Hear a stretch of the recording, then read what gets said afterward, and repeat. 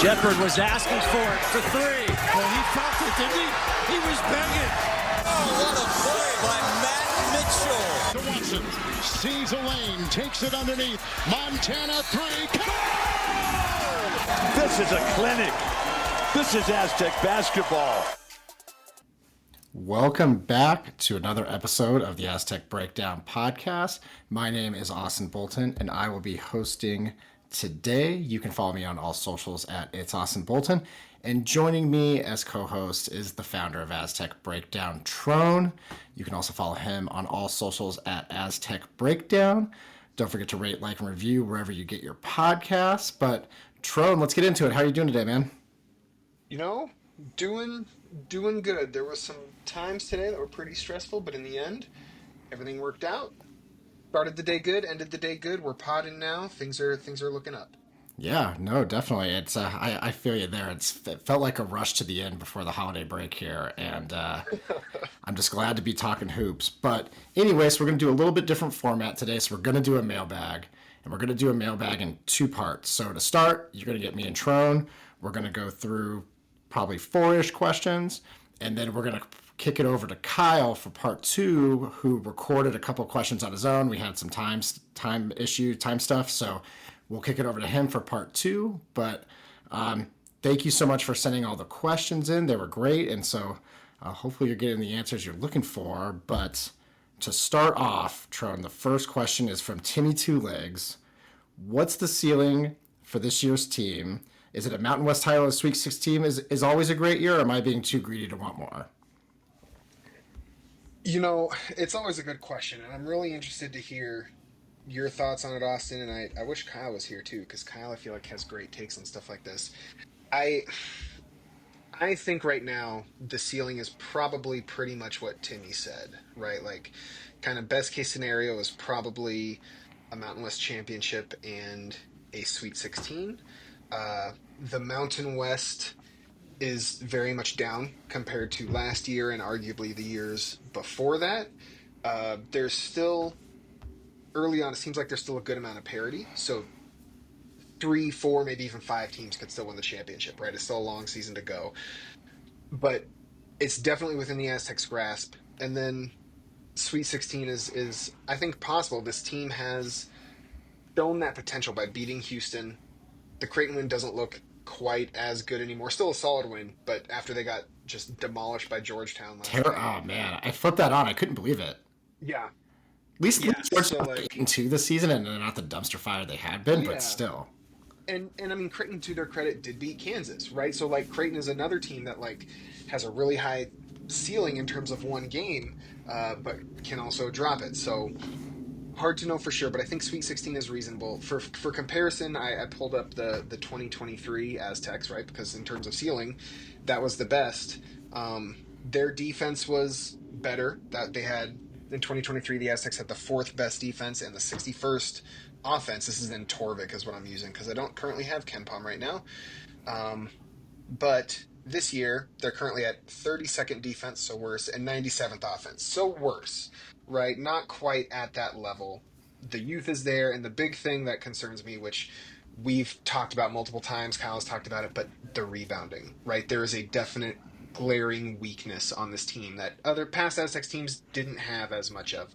And so you can, between your talent and your solid defense and everything, you can win a game or 2 in March potentially, but eventually you're going to hit a team that's going to be able to exploit that weakness, and it's hard to imagine it being happening in the Elite 8 or the Final 4 or whatever. Like, it's going to happen before then, I think. So that's probably the ceiling. What do you think? Yeah, I think if they get to the second weekend, that's a unquestionable success of a season. That's huge.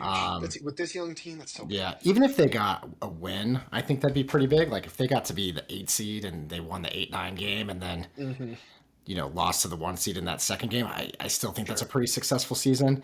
With the Mountain West being down, winning the league is 100% on the table. Will Boise pick it back up? I mean, Boise knows how to play the league. Like, yes, they've been down, but they definitely got the players. Like, that's not a question. They don't have the players. And, it still annoys me that they picked up Alvaro Cardenas because that guy's an Aztec killer. That guy's an Aztec killer at San Jose State. He just didn't have other pieces around him. And now he's got Degenhart and all the other guys that we know. And so, Boise's still out there, but the league is definitely winnable. I think that's kind of the minimalist expectation. Like, hey, like Mhm. winning either the league or the conference tournament or both, that is definitely attainable. And then the ceiling is getting to that second weekend. With the Right. rebounding troubles, that's somewhere where you could just take one on the chin pretty easily in that second weekend of the tournament. And also, it's also one of those things where one call goes one way, one guy gets super Mhm. hot, and all of a sudden you're out. And so it's not, the only time where I think you can really kind of expect, like, where it would be a disappointment not to get to that last weekend, I mean, is if you're like a 1 or 2 seed, right? Like if you're Right. if you're just cruising all season and you're 30-2, and then you don't get to the final four, that's a reasonable thing to be like disappointed not to get there. But if you're anything kind of lower than that, like a 4 seed and lower, really, getting to the second weekend is a successful year. And with not knowing what this group had, it would just be, most people wouldn't even picking us to make the tournament, really, other than, Right. just some people that really trusted the system with Dutch. And for them to be back in position to be like talking about another second weekend, I mean, that alone shows just how much faith we've put in these guys through the first quarter of the season.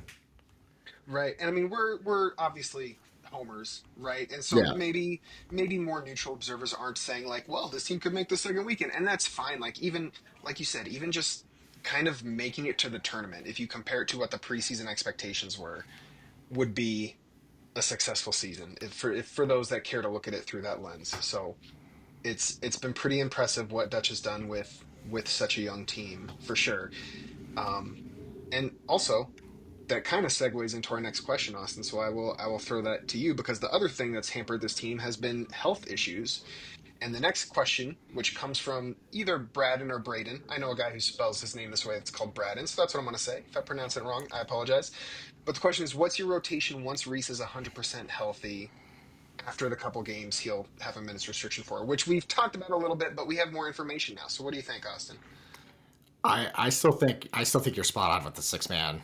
That's what he was at SC. The Right. the starting unit's been great. I may have missed some kind of extra info. I haven't actually seen anything, and I know that his other than that, he still seems to be a little bit of ways. Like we're talking middle of January, early February, kind of seems like when he would come back at this Could point. be. So I would not. I would expect him to be coming off the bench when he does come back for the remainder of the year. What do you think? I I think that makes sense. I think we're right around kind of that 5 week mark where he was supposed to get reevaluated, I think.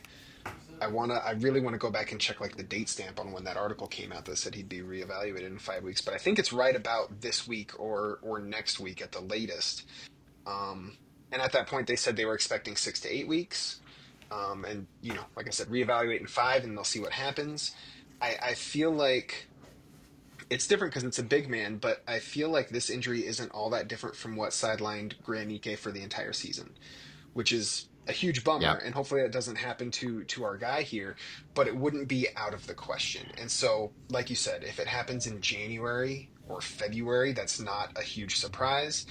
Um, The and I foot stuff is think, no joke, man. yeah, The foot stuff it's is not. no joke, especially for a guy that has pro aspirations. Like they're not gonna mess with that, and they're gonna baby him. The fact he was even in a boot the last game I watched, I, that that's the that he isn't even close from what I can tell, and I think they're gonna use him in spurts if he does come back. Yeah, I mean, you have to figure once he's out of the boot, then it still takes some time to like build that strength back up before you can get on the court. I would imagine. I'm not a doctor, but I would imagine that takes a couple weeks, and that's just getting up the strength for it. That's not necessarily game shape, so that would be kind of that minutes restriction part that Braden's talking about here. Uh, yeah, it could be a while. My kind of hope, this doesn't answer the question, but my hope is that he comes back in January or early February or whatever, um, takes a little time to get into game shape, but then kind of has that hot streak that he had at the beginning of last year. Those first 13 games where he was just on fire. And I remember us talking about like he might be in a different way, he might be better than like Matt Bradley was offensively, right? I remember saying that. I don't remember if anybody agreed with me, but I remember saying that. If you could have that stretch, but at the end of the season instead of at the beginning, right? When you're competing for that Mountain West Championship, when you're competing for the tournament, when you're competing in March, that would be huge. So that's kind of my hope. Um, Given everything, yeah, I think six man makes the most sense. If he, like I said before, if he shows that he's ready for more than that between his health and his play in general, um, then it makes sense to bump somebody. And with BJ Davis hasn't been scoring as much lately, which some of that could be just the opponent scouting, for him, focusing in on him, but he hasn't been as electric as he was to start the year. So if Reese comes in and is hot, then you can definitely make that switch. I don't think you're switching out Boyd. I don't think you're switching out Bird. You could switch out Guath. We had talked about that before. You could switch out JCJ. We had talked about that before. But I think, yeah, six man makes the most sense. I think is what it is. Well, it's funny because the wild card here is Goon, right?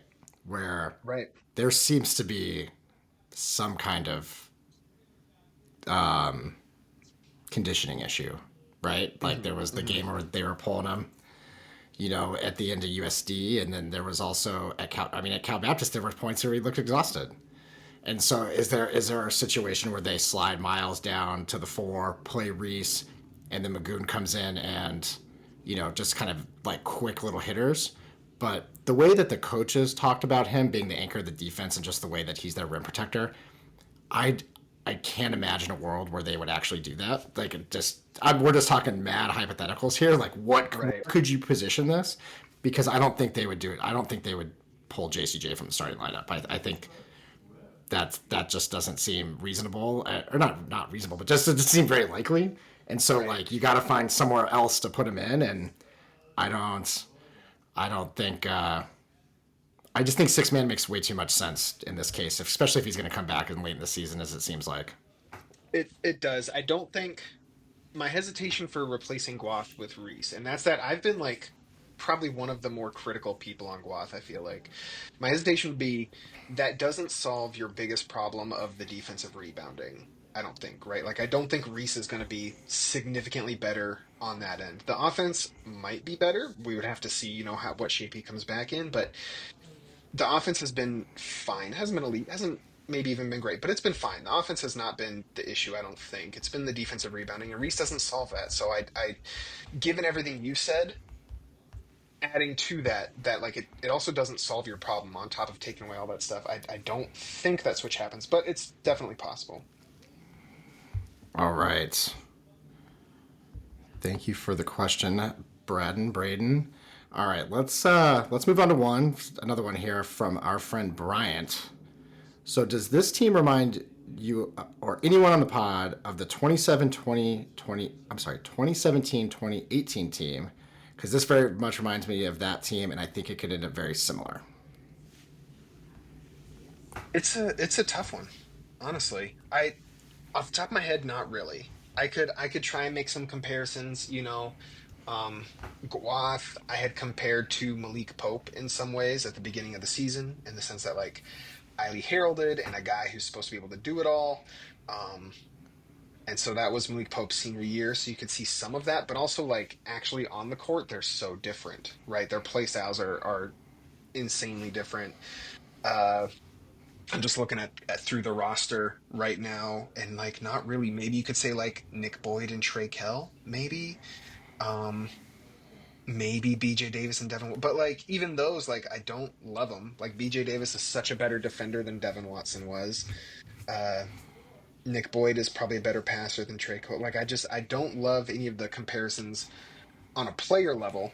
On a team level, we were just talking about Reese Waters. I could see potentially the team getting healthy to end the year, kind of like when that team got Trey Kell back and then won 9 straight and ended up winning the conference tournament.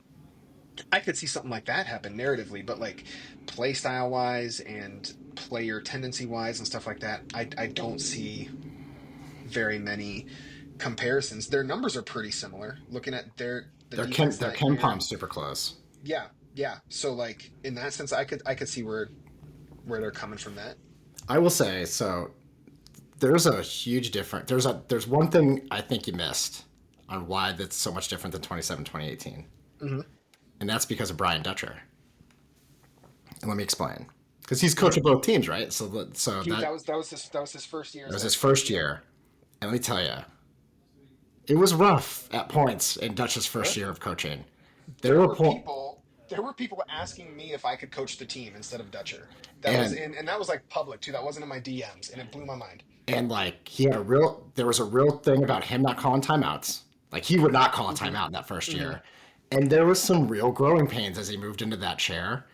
And him and the experience that because at like any profession, he's had 7-8 years to get after this. He's progressively got better in his profession as a head coach.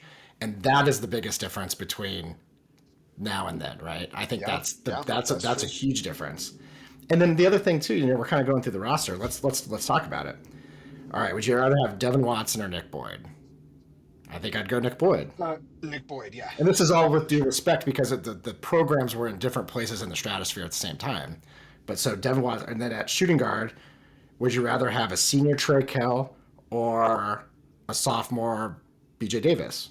That one I think is actually pretty close. That one I think is closer. I have a soft spot for Trey Kell, so I might vote for them, but I couldn't fault anybody. Like the Devin Watson thing, I'm like, if you're choosing him, like you said, no disrespect, but like Nick Boyd seems so much better. But the BJ Davis thing, I would probably choose Kell, but that's a tough one. And then at small forward, it's a freshman Matt Mitchell against Miles Bird, who's the face of the team. I think I would take Miles Bird in that. Maybe not all time at this point, which there could be a case to be made after this season that Miles Bird jumps ahead of Matt Mitchell in the lore of Aztec basketball history. But as we stand right now, I would still take Miles Bird over freshman Matt Mitchell. Yeah, if it's junior or senior Matt Mitchell, I'd probably go Mitchell. But yeah, freshman Matt Mitchell, who was also a good player, but like Miles Bird has been killing it this year. And then Jalen McDaniels at the 4, and Magoon has been playing the 4. Look, Jalen McDaniels had a successful NBA career, and like he came to San Diego State. What he came here to do which was get into the league. Right. He was not my favorite player to watch of all time at San Diego State, and I would take Magoon over that, and I think the potential is higher. And then the only other spot is Malik Pope with JCJ.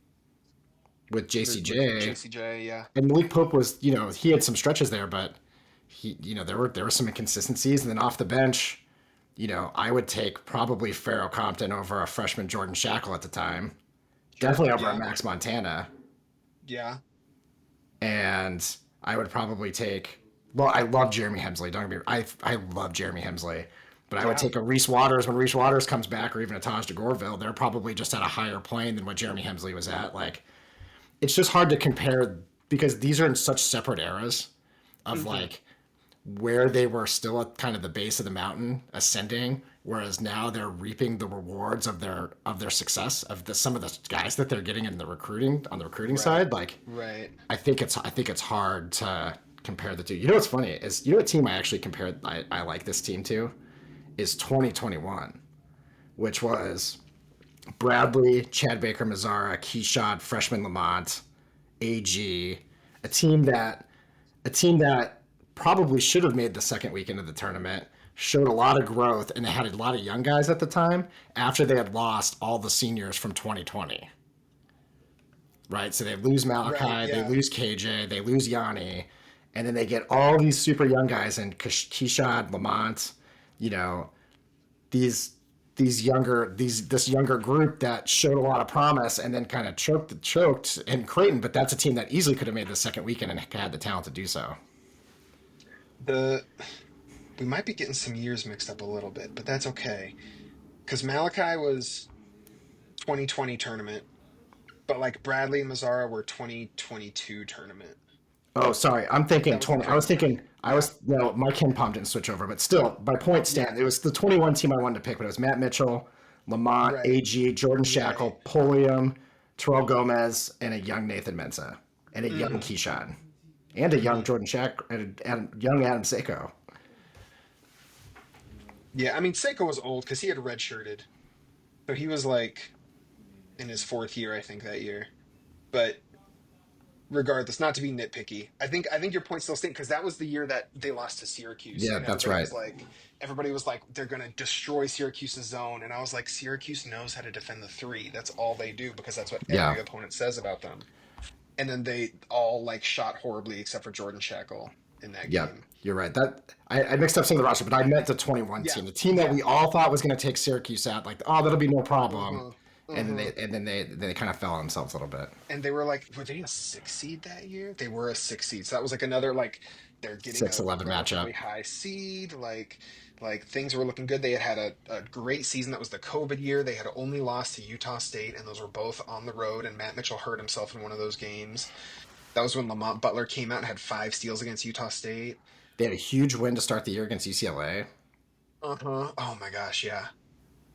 We're getting real nostalgic up in Well, here. that I mean, talk about the parallels though. A huge win against Houston, game against UCLA. Yeah. Bunch of young guys, but anchored with a couple old guys, right? Hmm. With Mitchell and Hmm. Shackle, and and all the Trey Pulliam runner floaters you could handle. Yeah, and I did just in my last show compare Trey Pulliam with Wayne McKinney because Wayne McKinney also loves that mid-range shot. He doesn't do the floater like Pulliam does. McKinney loves that mid-range shot, and I hate it when he takes that. Everybody talks about how it's his favorite shot, and I'm like, it never goes in, and it very much reminds me of Trey Pulliam saying the same thing. Yeah, All right, trip what's down the? memory lane. That's a good one though. Good question, Brian. It I was a like that. fantastic one. Austin, throwing it over to you. So we got a question here. How do the Aztecs mitigate their inability to dominate the glass? Are there any small tweaks they can do to improve? And that's from Kenny. I mean, we've talked about this a little bit before, and I'm not going to say my tactical acumen is better than Brian Dutch or Dave Velasquez and the crew, but in my just humble opinion, the biggest thing is they gotta stop going so hard at the all-out blocks because I think it just gets them out of Hmm. position. I Hmm. think that's the biggest thing. Like Miles goes for him, Magoon goes for him, you know, Farrell goes for him, and Farrell fouls a lot. I gotta go look at it, but I'd be interested to see what like Farrell's foul rate is because it seems like he gets in a lot of foul trouble.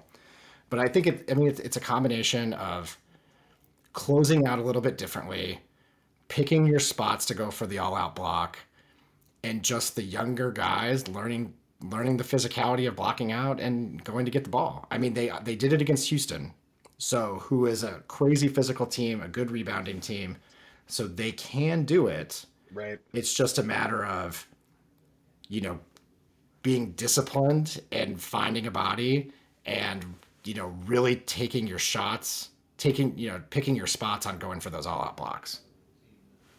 I don't know, Tron. What do you think? Do you think I'm way off base here? Is there something I'm missing? No, I mean that's definitely a thing. To your point of Pharaoh Compton, I pulled it up. He is averaging 6.5 fouls per 40 minutes of play, which would mean he'd be fouling out before the game is over. That's a terrible, terrible number to have. I feel like even at Nathan Mensah's worst, it wasn't that high, and people used to get really upset with Nathan Mensah for fouls. So it's not a great number. Um, yeah, the selling out for blocks thing is definitely big. It would be interesting to see like what carries this Aztec defense is specifically their shot defense. Like they just force a lot of misses, and especially inside the arc. And so like they're selling out for blocks. It's forcing misses, but then they give up the rebound. It would be interesting to see how do you tune those dials so that you keep elite defense that forces misses, but you aren't selling out as much, right? Can you give up a little bit in one to gain a lot in the other? Could be a thing. Uh, there would be some other options as well, right? Playing Miles Heidi more, and not just more, but which is crazy that I'm saying this, considering like 2 weeks ago it was like maybe he should lose minutes. Um, but he's a guy who has the size, and he's only in his second year, but he's stronger than a guy like Magoon Guath. Um, and he's taller than a guy like Pharaoh Compton. So playing a guy like Heidi now that he's hopefully hitting his stride could be very helpful, and playing him in the right way, which the team seems to have figured out. Like they were playing him kind of as a stretch four for a while, which negates his rebounding ability, and he hasn't shown that he can shoot the ball outside of practice. So playing him as a center, so playing him with Magoon Guath, ideally, honestly, as opposed to Pharaoh Compton or JCJ, maybe a little bit with JCJ. But playing Miles Heidi more could be a thing. They could teach gang rebounding, which is something teams do when they're small. If you ever go back and look at the film of 2018 Houston, who beat that 2018 Aztecs game in the tournament. They did a lot of gang rebounding where you're basically boxing out with two people, sandwich rebounding, right? You have one person in front and then one person in the back as well, and it just makes it so much harder to jump up because you're literally getting sandwiched between two people. They could try and do stuff like that. I don't know how easy it would be to implement that at this point in the year. So there are things they could try. I think the biggest thing would be, yeah, don't sell out for the blocks. And assuming Heidi keeps up the impact he's been having, find a way to get him more minutes. Doesn't mean he needs to start. It doesn't mean he needs to replace Guath or JCJ or anybody, but just find a way to get him more minutes and get him those minutes in the spots that he can be effective in. Yeah, one thing I haven't looked at, and I was curious if you've seen it in the tape, is are they trying to get out and run more? So maybe some of their guards aren't necessarily hitting the glass? Because I know BJ Davis is a pretty good rebounder, and historically that's not something really the Aztecs have done, but has that been something you've noticed? It kind of seems like it. I always hesitate to like say that for sure unless I see it borne out in the numbers, but it kind of seems like that. I'm trying to look up their pace right now, and on Torvik, I am very much struggling to find it. Their tempo in Ken Palm is slow. Tempo. It's It's 66.4. So it's not like yeah, it's not very fast. yeah, I am seeing it very similar here. So like, I don't know. I mean, they always say they try to run selectively, and it looks like in Torvik, their tempo's slower this year than it was last year, which is kind of funny. Um, So I don't, it's one of those things. If the numbers don't bear it out, am I just seeing like what I want to see? Is the tricky part about that. But it does kind of seem like they're trying to run more. Um, I haven't seen anything explicitly that's like if the guards had stayed down, they could have gotten that rebound, but instead they were leaking out. Like I haven't seen anything where I thought that explicitly. So I wouldn't think that's part of the issue. And if that was, They and could honestly, if that focus was the on it more, case, but if that was the case, Nick Boyd and Miles Bird wouldn't be the two leading rebounders either. So there's that. yeah, yeah, that's a fantastic point. I With hadn't BJ looked at that. Davis being fourth behind Yeah. JCJ. Yeah, So it's more JCJ was a really good defensive rebounder last season. And so getting him figured out and then yeah, the blocks, playing Heidi more, all that all that stuff. I do think it'll improve a little bit now that they've kind of seemed to have figured out Heidi because I do think a big part of it was playing him in a role that wasn't suited for him. Um, but I still don't think it'll be great. I think it's just kind of a thing that the team's gonna it'll get better, but I think it's just gonna linger all it's season. very reminiscent of when they moved Elijah Saunders off the 3 point line last year and kind of Mhm. put him in that dunker spot, kind of on the baseline there. It's very reminiscent of that. That's the adjustment that they made, and Right. it's worked out really well for him. So, all right, man, that is all the questions we have. Before we kick it to Kyle, anything from the Cal game that sticks out before we kick it over? I mean, just, take it serious is is the biggest thing, right? I'm worried about like rust. Obviously, they've been off for 10 days and I do think it was a good time because the team does seem a little banged up and they can work on some things, but I do worry about the rest and the players have acknowledged uh that They were they horrible when they had multiple extended time off. I think it was last year, right? Wasn't it last right, year where it right. was? It seems most every year, like that's something Dutcher has talked about in a number of different press conferences, is that like he doesn't want huge times off because the team comes out slow. And the players have said like we might come out slow, but uh, we trust in our ability, and by the time the second half rolls around, we'll be there, and our ability will keep us in it, and this, that, and the other. Um, Pulling up Cal, fantastic offensive rebounding team. So that would be the other thing, right? Rust compared with or combined with offensive rebounding is potentially a recipe for disaster. I don't know if this is true, but I'm pretty sure it is. It's just not super easy to check. But I'm pretty sure since the net has been implemented, the Aztecs haven't lost a quad three or quad four game.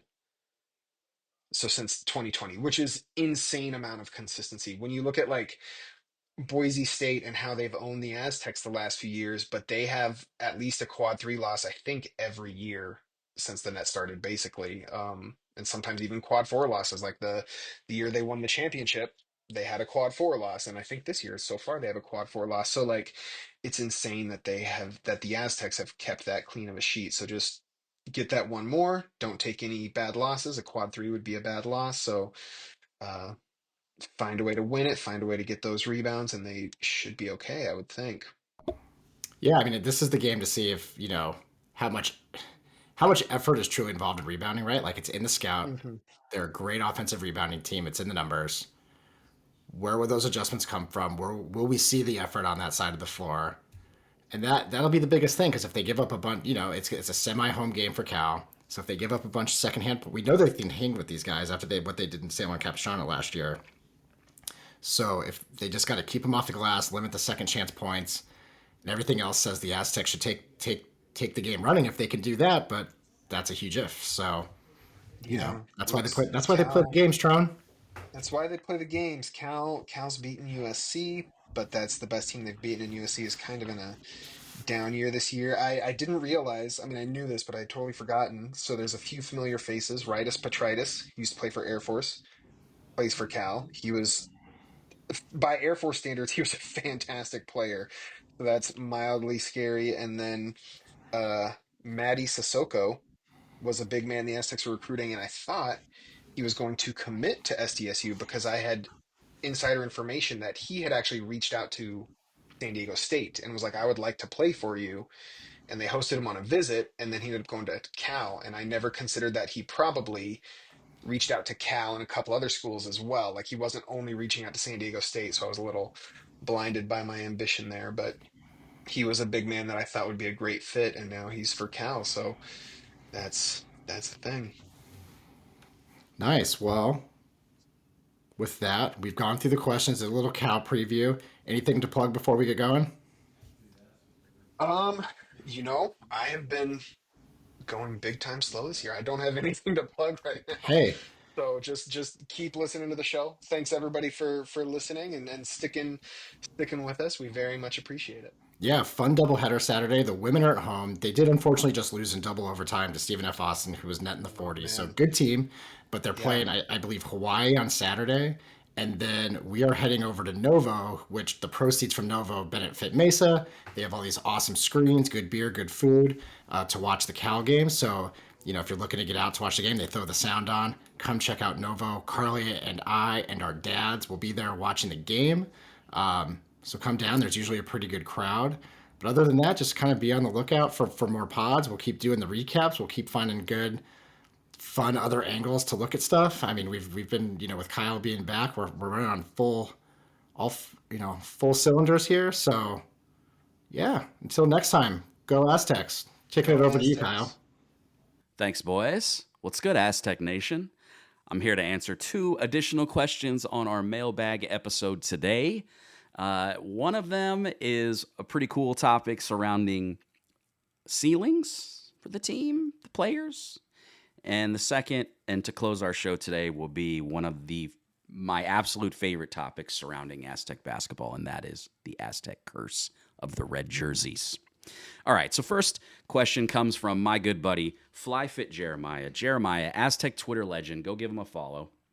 And he says, who has the highest ceiling on the team? And I think he's talking about individual players here because as a team, you heard Austin and Trone kind of talk about what their expectations are or what could be considered a good week or a good finish to the season. And so let's talk about the individual players themselves and who has the highest ceiling. So right from the jump, if we're just talking flat out potential in terms of overall ability and skill and not what they look like now, but what they look like if they hit their highest ceiling, it's Magoon Gawath. He is the best shot blocker, natural shot blocker I've ever seen at San Diego State. That will translate to the NBA. Now, of course, he needs to get his cardio, his energy, his physical abilities up.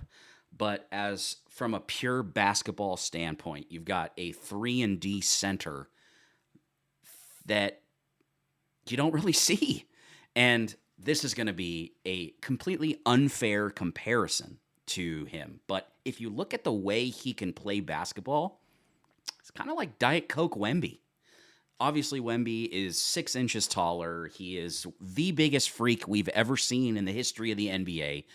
Could be one of the 5 best players ever, and he's only in his second year. We're talking about a guy who has completely changed the game of basketball. the way that Steph Curry changed the game of basketball. And what I mean by that is Steph changed basketball because he made the three-point shot cool. He made shooting just ridiculously deep threes cool. And if you look at kind of the maturation of the NBA and where basketball is going, the NBA dictates all of that. And so if you look at Steph Curry as a player, you see guys who are Steph Curry light, Trae Young as an example, somebody who is going to shoot incredibly deep threes and attack the defense by being an aggressive shooter. Damian Lillard is another one of those players. You're looking at Magoon Gawath can play that similar style of basketball to Wemby. You're talking about a 3-and-D big who can also post up on the block. He is just a basketball talent, the likes that don't come around very often. And he is incredibly raw right now. But I think if you're talking about guys who can put it all together, no question for me, the highest talent on the team is Magoon Gawath. Now, if we're talking about right now, this season, who can be the most consistently great, it's Miles Byrd. And I think Miles Byrd is also somebody who you're going to start seeing floating up on the NBA radar. Maybe not as a first-round draft pick, the way that I've already seen Magoon get some slots in that late 30s range. So we're talking end of first round or early second round from some basketball Twitter guys. Miles Byrd is going to continue to shoot up those ladders as well. For me, he is an all-around star. He can shoot the ball from deep. He's got crazy range. He might have the best range of any Aztec shooter that we've maybe ever seen. He's definitely a better deep shooter than, say, Jordan Shackle was, or Matt Shrigley, or Kyle Spain, or Xavier Thames, some of those great Aztec shooters from the past. But you've also got somebody who is an A-plus playmaker when he has the ball in his hands. And that pick and roll this season with him and some of the bigs is going to be devastating against some of the teams that really can't defend the pick and roll in the Mountain West. And then on top of that, he is an aggressively attack defender. He is somebody who's going to try to play defense on the front foot and be not reactionary as some defenders are. He's going to be hyper aggressive and go after every loose ball, every passing lane, every block. That's kind of the maturation of his game, I think, is kind of learning when to pick and choose his spots, when to play aggressive defense on the ball as opposed to going for a strip or a steal, get a block. But as far as highest ceiling and regular output, I think Miles Byrd is it. I think you're kind of seeing it. Magoon's had the growing pains the last couple of games. His cardio, his energy levels have dropped. Miles Byrd's a little bit older, so he's a little bit more mature in terms of physicality. And he is the star of the team right now. So I think he is very much the highest ceiling. But I'm going to give you a sleeper of the young guys, of who has the highest ceiling for the young guys. And I'm going to pick Taj DeGorville. And this is the part that really I struggled with. It was BJ Davis, Pharaoh Compton, or Taj. Those three are kind of in one group, right? And Taj is getting the least amount of minutes right now. But what I see from Taj is the special talent. And Taj has something that you can't teach a player. And that is Taj thinks he's the best player on the court. And I am a huge fan of players that have supreme confidence in themselves. My favorite athletes are all guys who have supreme confidence in themselves. And I think I gravitate towards that just because it's a characteristic that I wish I had in my younger years. I wish I thought I was the shit, because that attitude alone can propel you to higher highs than people who have limiting beliefs of themselves. And the confidence that Taj plays with is something that you just can't teach. There are moments where Compton or BJ Davis will get the ball and it kind of looks like they don't know what to do, or maybe they're out of position on defense. Taj makes quick decisions and goes after it. It might not be the best decision, and that's a maturation process that you can have. But for me, he is a big point guard in the making. We're talking about a more modern style ball handling point guard. He might not be the best NBA player, But I think DeJounte Murray, in terms of his game, his size, his physicality, how he can D up on one end, create for others, make shots, I think that's a very good game comparison. And I know that his most recent stints have had him playing off ball, but when he was in San Antonio as the primary ball handler, I really liked his game. And I think Taj DeGorville has a crazy ceiling. We're talking about a guy who can shoot really good from three, a guy who can create on his own, someone who can take a guy one-on-one and hit a pull-up jumper, somebody who can rebound and get and bang on the boards with the smaller guards. Not only that, he's got really, really nice defensive positioning when guarding a person. BJ makes up for a lot of his positional inefficiencies with his speed. Taj is really good at being in the right position. Now, one of the things I want you to look at is how Brian Dutcher treats Taj DeGorville. Because before, I always thought that it was that Dutcher benched guys based on mental mistakes and kind of just hurting the team, right? I think he has a shorter leash for the players he has the highest expectations for, because he wants to hold them accountable to the standards that he knows that they are capable of. Miles Bird last year got hooked a lot for mental mistakes. This year, he's not getting hooked as much, and that's because of the growth, right? Dutcher's seen some growth, giving him a longer leash. Taj is very much on that short leash, but I think it's because Dutcher really believes in him. And him coming good would be huge for this team, not only this year, but in the future. Because I think as far as in terms of guys who can lead the program for a very long time, I just see all of those capabilities and qualities in Taj DeGorville. Now, Pharaoh Compton, I think, is a power basketball player. There is less nuance to his game. Is his ceiling very high? Absolutely.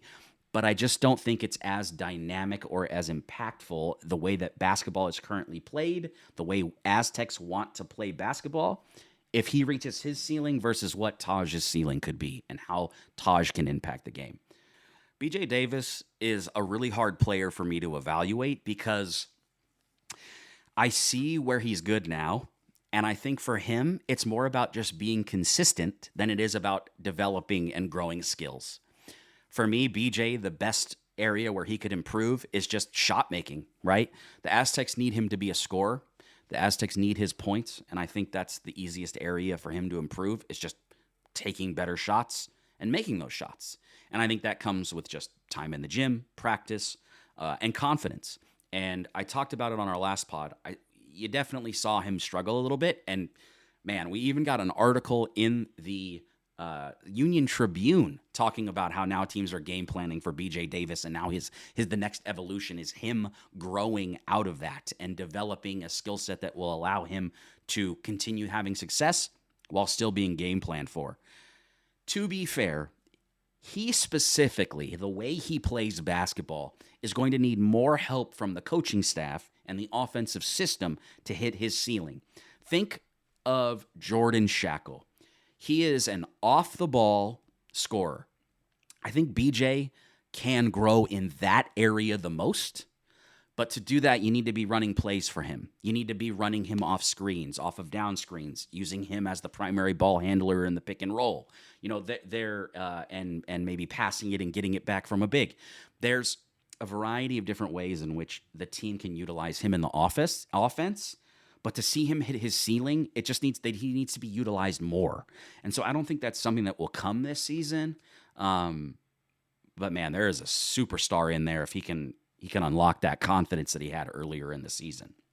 And so for me, highest ceiling, Magoon number 1, Bird number 2, and then of the young guys, I would go DeGorville number 1, and then BJ and Compton can battle it out. But something about Taj DeGorville's game really connects with me, and I think that when he goes nuclear, as I like to call players when they're just on fire, I think it's something to behold. And he did it in the last game before he got hooked.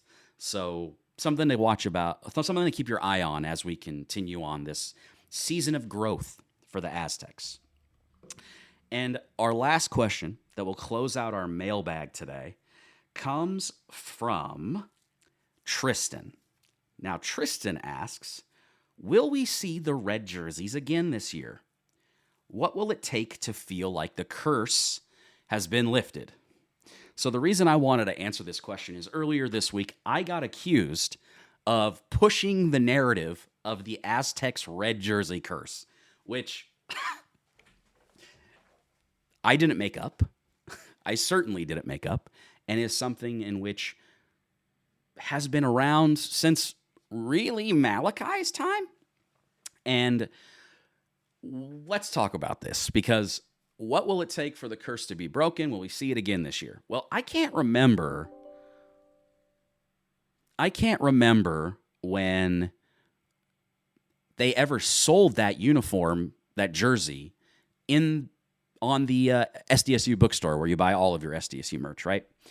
I can't remember when they were doing it, and now they're openly promoting it of get your Aztec red jersey online. They're selling it online. So that to me signifies that maybe we will see it again this year. Because before, it was a one-time thing. Personally, I don't like them. I'm not a fan of the red jerseys, and maybe that creates some bias towards the narrative of the curse, whatever. But for me, the black uniforms are a 10 out of 10. I wish they would wear them at home. I wish they would abandon the whiteout and call it the blackout, because the black jerseys for the Aztecs are maybe the best jerseys in college basketball, or one of them, right? But the red jersey was only around once a year. Now they're selling it, so that does tell me maybe we're going to see it again this year, because that would be weird to sell it and then not use it. But of course, they're also selling the N7, the jerseys that go to support the Indian tribes and reservations. Those are being sold, and those are only worn once. Personally, I would rather have the N7 jersey thrown into the mix more than the red jersey, and that is because I think you've got UNLV, who's red, and New Mexico, who's red. Those are two of your four biggest basketball rivals, and that's their primary color. It's a hard no from me, dog. Versus something that is local, right? You connect to the community, is a good cause. And frankly, that color is so beautiful. It is unique to SDSU basketball, and it would make a great third jersey. The way that Duke wears black sometimes, right? As opposed to the white jerseys at home, the blue jerseys on the road. Sometimes you see them wear the black third kit. And to me, I think that N7 jersey has been around for a while now, and it's kind of universally loved inside of the Aztec basketball program. Now, the red jerseys aren't. And if you don't think that they aren't, why am I if you think that the curse is fake, why am I getting this question on a mailbag pod? Okay?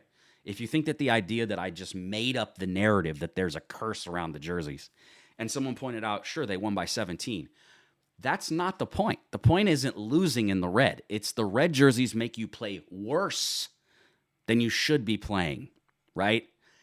Think back to the Aztecs versus UNLV. Red jerseys. Think back to the last couple of seasons. All of the red jersey games have been close.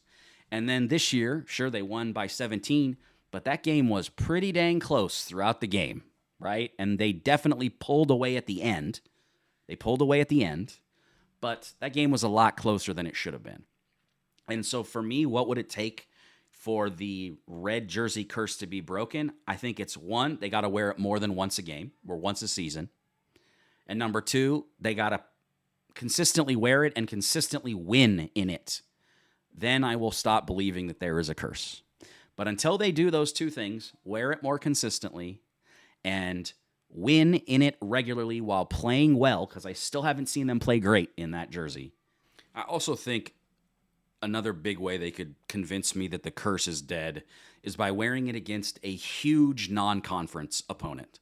So next season, if you want to end this curse talk, wear that jersey against your best, for your best non-conference home game that will probably be on national TV, and win convincingly in it, or win while playing great. I don't want you to be a 15-point favorite and win by 10. I don't want you to be a 15-point favorite and win by 7 points.